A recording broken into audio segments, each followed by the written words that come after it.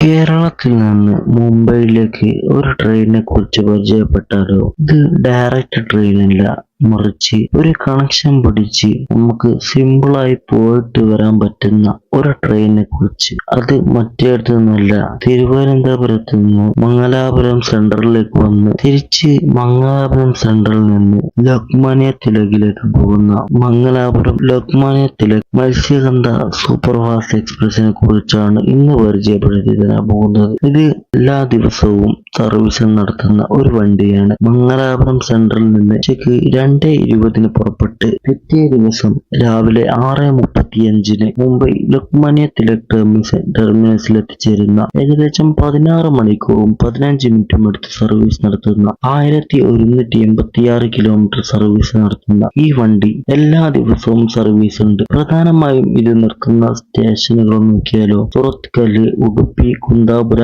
മൂകാംബിക, ഭട്കല്, കർവാർ, മഡ്ഗാവ്, രത്നഗിരി, പൻവൽ, താനെ, ലോക്മാന്യ തിലക് എന്നീ പ്രധാനപ്പെട്ട സ്റ്റോപ്പുകൾ മാത്രമേ ഇതിനുള്ളൂ. പ്രത്യേകം ശ്രദ്ധിക്കാനുള്ളത്, ഈ വണ്ടി മൺസൂൺ സമയങ്ങളിൽ അഥവാ കൊങ്കൺ വഴി ഓടുന്ന എല്ലാ വണ്ടികളും മൺസൂൺ സമയത്ത് ടൈം ടേബിൾ മാറാറുണ്ട്. ആ സമയത്ത് നമുക്ക് ഈ വണ്ടി സഞ്ചരിക്കണമെങ്കിൽ ഈ വണ്ടിയുടെ പേരിംഗ് വണ്ടിയായ തിരുവനന്തപുരം മംഗലാപുരം സെൻട്രൽ എക്സ്പ്രസിന് വന്ന് തന്നെ പോകേണ്ടി വരും. അല്ലാത്ത സമയത്ത് Coimbatore Mangalapuram intercity on time ആണെങ്കിൽ അതിനും വന്നാൽ ഈ വണ്ടി കിട്ടുന്നതാണ്. അഥവാ മൺസൂൺ ടൈം ടേബിൾ അല്ലാത്ത സമയത്ത് ഇന്റർസിറ്റിക്ക് വന്നാലും നമുക്ക് ഈ വണ്ടി ഒരു കണക്ഷനായിട്ട് മുംബൈയിലേക്ക് പോകാൻ കിട്ടുന്നതാണ്. അതുപോലെ തന്നെ ഈ വണ്ടിക്ക് ഒരുപാട് പ്രത്യേകതകളുണ്ട്. 1998 മെയ് 1 ഈ വണ്ടി ആരംഭിക്കുന്നത്. അതുപോലെ തന്നെ കൊങ്കൺ റെയിൽവേയിലെ ആദ്യ ഒരു പാസഞ്ചർ ട്രെയിൻ എന്ന് പറയുന്നത് ഈ വണ്ടിയാണ്. കൊങ്കൺ റെയിൽവേ പാത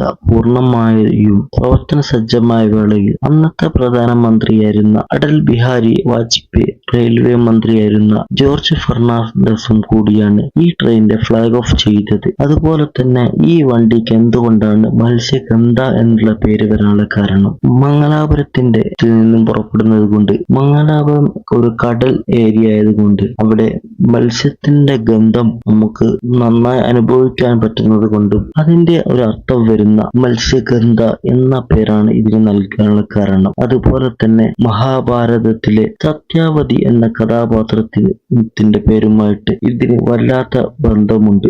അതുപോലെ തന്നെ ഇതിന്റെ ആദ്യത്തെ നാമം മംഗളൂരു കുർള എക്സ്പ്രസ് എന്നായിരുന്നു. എന്നാൽ ഈ വണ്ടി 27 വർഷത്തിന് ശേഷം 2025 ഫെബ്രുവരി 17 LHBയിലേക്ക് കൺവേർട്ട് ആയത് നമ്മളെല്ലാവരും അറിഞ്ഞവരാണ്. ഇനി ഈ വണ്ടിയുടെ സ്റ്റോപ്പുകൾ നോക്കിയാലോ, വെറും 22 സ്റ്റോപ്പുകൾ മാത്രമേ ഉള്ളൂ. അഥവാ 882 കിലോമീറ്റർ സഞ്ചരിക്കുമ്പോൾ ഇതിനാകെയുള്ളത് 22 സ്റ്റോപ്പുകൾ മാത്രമാണ്.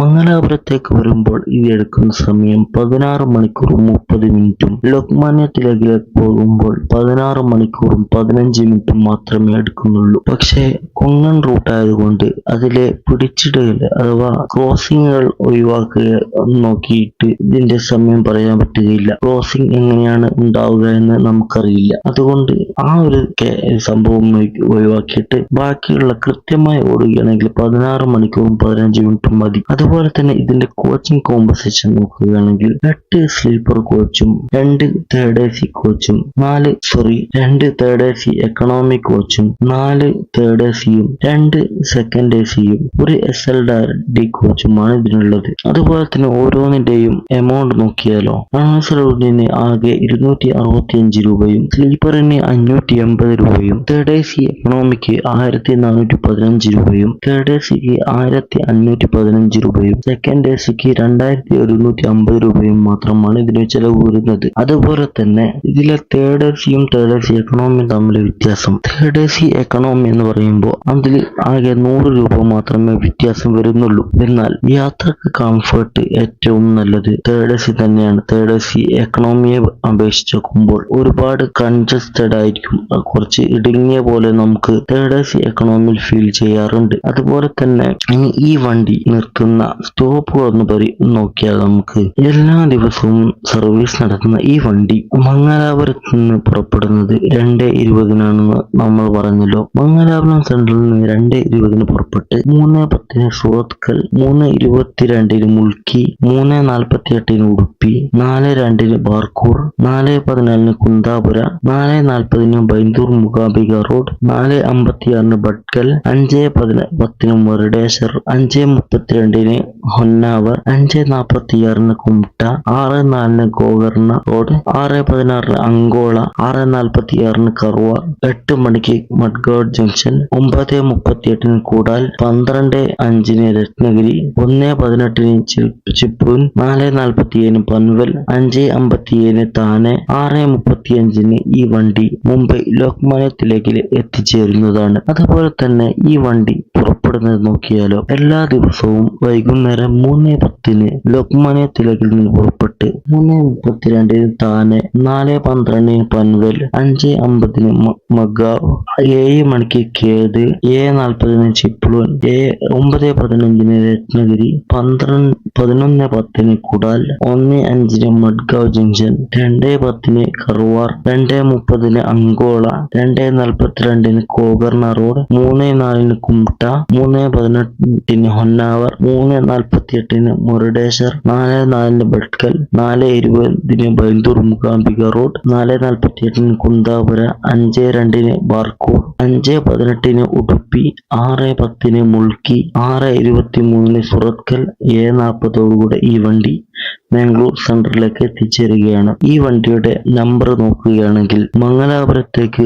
വരുമ്പോൾ 12,619-ഉം ലോക്മാന്യ തിലകിലേക്ക് പോകുമ്പോൾ 12,620-ഉമാണ് ഇതിന്റെ നമ്പറായി വരുന്നത്. അതുപോലെ തന്നെ ഇത് തിരുവനന്തപുരം ഡിവിഷന്റെ വണ്ടിയാണ്. കാരണം LHB ഉണ്ടായ സമയത്ത് ആദ്യം തിരുവനന്തപുരം മംഗലാപുരം എക്സ്പ്രസ് LHB ആവുകയും തിരിച്ച് മംഗലാപുരത്ത് നിന്ന് ലോക്മാന്യ തിലകിലേക്കുള്ള വണ്ടി LHB ആവുകയാണ് ഉണ്ടായിരുന്നത്. അതുകൊണ്ട് വ്യക്തമായി മനസ്സിലാവുകയാണ് ഇത് തിരുവനന്തപുരം ഡിവിഷന്റെ വണ്ടിയാണ്. ഇനി ഈ വണ്ടിയുടെ ഡീറ്റെയിൽ യാത്രാ വീഡിയോ ആവശ്യമുണ്ടെങ്കിൽ നിങ്ങൾ ഈ വീഡിയോക്ക് അടിയിൽ കമന്റ് ചെയ്യുകയാണെങ്കിൽ നമുക്ക് അത് ചെയ്യാവുന്നതാണ്. അതേപോലെ തന്നെ നിങ്ങൾക്ക് പുതിയതായി നമ്മൾ ഏതെങ്കിലും യാത്രാ റിവ്യൂ വീഡിയോ വേണമെങ്കിലോ അല്ലെങ്കിൽ നമ്മൾ ഏതെങ്കിലും യാത്ര ചെയ്യണമെങ്കിലോ ഈ വീഡിയോ അടിയിൽ നിങ്ങൾക്ക് കമന്റ് ചെയ്യാവുന്നതാണ്. അതുപോലെ തന്നെ ഈ വീഡിയോ ഇഷ്ടപ്പെട്ടാൽ നിങ്ങളുടെ യാത്ര ഇഷ്ടപ്പെടുന്ന കൂട്ടുകാരിലേക്ക് ഷെയർ ചെയ്യാനും വീഡിയോക്ക് ലൈക്ക് ചെയ്യാനും മറക്കരുത്. നമുക്കതൊക്കെ ഒരു സപ്പോർട്ട് ആവുകയാണ്. നമ്മൾ മോണിറ്റൈസേഷനിലേക്കുള്ള കടമ്പയിലേക്കാണ്. നിങ്ങളുടെ പൂർണ്ണ സപ്പോർട്ട് പ്രതീക്ഷിക്കുന്നു. പുതിയ വീഡിയോയുമായി വരുന്നവരെ ബൈ.